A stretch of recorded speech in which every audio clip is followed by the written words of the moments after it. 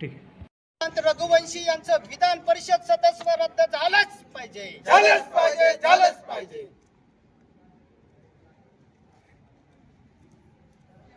विधान परिषद सदस्यत्व रद्द करा अशी आमची आदिवासी संघटनांची मूळ मागणी आहे.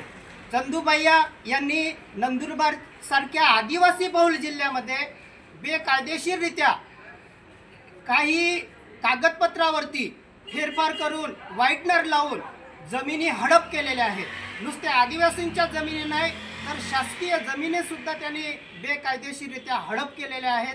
त्यांनी ज्या काही अशा बेकायदेशीररित्या जमिनी हडप केलेल्या आहेत त्या मूळ मालकाला परत करण्यात याव्या आणि या बेकायदेशीररित्या हडप केलेल्या जमिनींची सखोल चौकशी करण्यात यावी आणि चंदूबायांवरती गुन्हा दाखल करण्यात यावा आणि त्यांचं जे विधान परिषद सदस्यत्व रद्द हे करावं अशी आमची संघटनांची मागणी आहे. शासनाने त्यांचे विधान परिषद सदस्यत्व रद्द करावं, अन्यथा आम्ही येत्या 8 दिवसामध्ये या चंदूबायाच्या विरोधामध्ये आदिवासी संघटनांतर्फेच नव्हे तर आदिवासी समुदायातर्फे आम्ही तीव्र आंदोलन करणार आहोत. आदिवासी समाजाचा आम्हाला चंदूबायाचा विरोध आहे हे आम्ही इथं स्पष्ट दाखवतोय. ही जागा जर आमच्या आदिवासी एखाद्या व्यक्तीला मिळाली असती तर आम्ही बिलकुल विरोध केला नसता, परंतु ही जागा चुकीच्या माणसाला जो भूमाफिया आहे, आदिवासी लोकांना लुटतोय अशा माणसाला हे संविधानिक पद देण्यात आलेलं आहे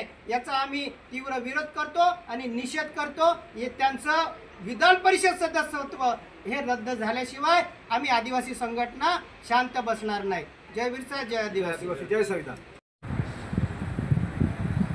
माननीय चंद्रकांत रघुवंशी महाराष्ट्र विधान परिषद पोट निवडणूक 2025 करिता यांनी जे शपथपत्र निवडणूक आयोग आणि शासनाकडे जमा केलं आहे त्या शपथपत्रामध्ये ज्या त्यांनी प्रॉपर्टीचा जो मुद्दा त्यांनी नमूद केलेला आहे त्या ज्या जमिनी आहेत त्या जमिनी जवळजवळ 90% जमिनी ह्या आदिवासींच्या जमिनी असून आदिवासींच्या जमिनी ह्या बिगर आदिवासीच्या नावे होत नाही असं संविधानिक नियम असताना देखील मोठ्या प्रमाणात त्यांनी जमिनी फेरफार करून काही सातबारांवर त्यांनी व्हाईटनर लावून अशा पद्धतीचे खाडाखोड केलेले आहेत की त्या जमिनी त्यांनी चुकीच्या पद्धतीने त्यांच्या आणि त्यांच्या परिवाराच्या नावाने केलेल्या आहेत.